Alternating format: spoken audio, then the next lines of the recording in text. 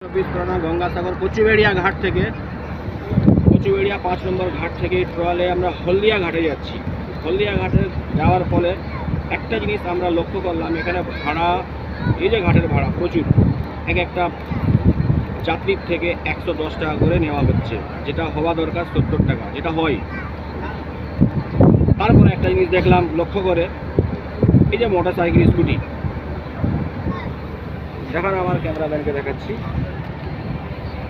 এই আমাদের প্রেসের গাড়ি আছে, আর আমার পিছনে একটা মোটর সাইকেল রয়েছে, ওর ভাড়া 200 টাকা। কোথা থেকে হয়েছে কোনো রেজিগনেশন নাই, কোনো কাজ নাই। তারপরে কদম 2 জন উঠিয়ে দিয়েছে, ওই 200 টাকা ওদের সঙ্গে কাট করে নেওয়া দরকার, কিন্তু ওটাকে ধরেছে আবার 150 টাকা 2 কদম তুলে দেওয়ার পরে। আবার শোনা যাচ্ছে এদের থেকে কি হলদিয়া ঘাটে নামলে আবার 200 টাকা নেবে। একটা বাইকের সামান্য জায়গা থেকে 550 টাকা চার্জ। 500 টাকা মেনে নিলাম, এই 500-2,500 টাকায় দিল্লি যাওয়া যাবে স্কুটিকে নিয়ে, ভারতের রাজধানী ক্যাপিটাল। কিন্তু এখানে 5 বার যাতায়াত করলে 2,500 টাকা। এত দাম কি জন্য? একটা গাড়ি 500 টাকা পড়ে যাচ্ছে, 200 টাকাটা কম হয় না? এর জন্য দায়ী কারা? আপনারা জবাব দিবেন, এর জন্য দায়ী কারা? রাজ্যের সরকার বা রাজ্য সরকারের ইউনিয়ন বা সরকারের ইউনিয়ন থেকে পার্টির ইউনিয়ন, কারা দায়িত্ব আছে? কে জবাব দিবেন?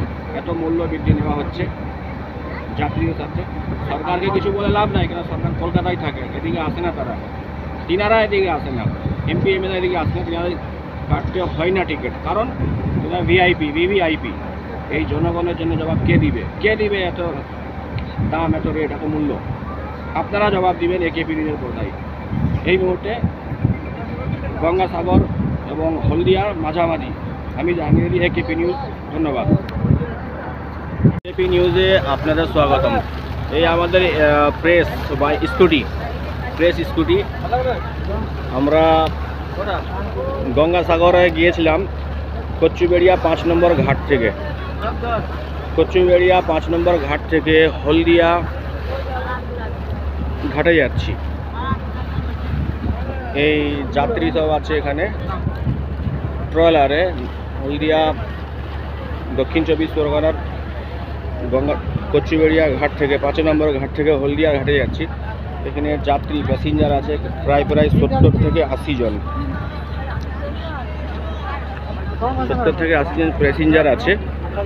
প্রত্যেকের ভাড়া 110 টাকা, অর্থাৎ 9-10 হাজার টাকার ব্যবসা। ভালো। তবে এই যে বাইকের ভাড়া 200 টাকা, আগে একটা ভাড়া বৃদ্ধি, তারপরে 150 টাকা করে তুলতে, বাইককে গাড়িতে তোলার জন্য 150 টাকা, মানে একটা বাইকের কস্ট হয়ে যাচ্ছে 350 টাকা। Very good. তারপরে নামানোর পরে আবার কি আছে জানা নেই। পশ্চিমবঙ্গ সরকার যাত্রীর জন্য সুবিধা। এই আমাদের প্রেসের গাড়ি আছে।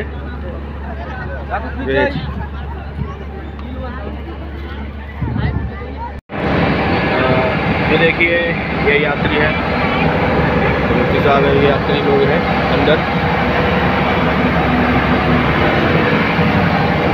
पूरे यात्री, ये देखिए, मैं खुद उपस्थित हूँ।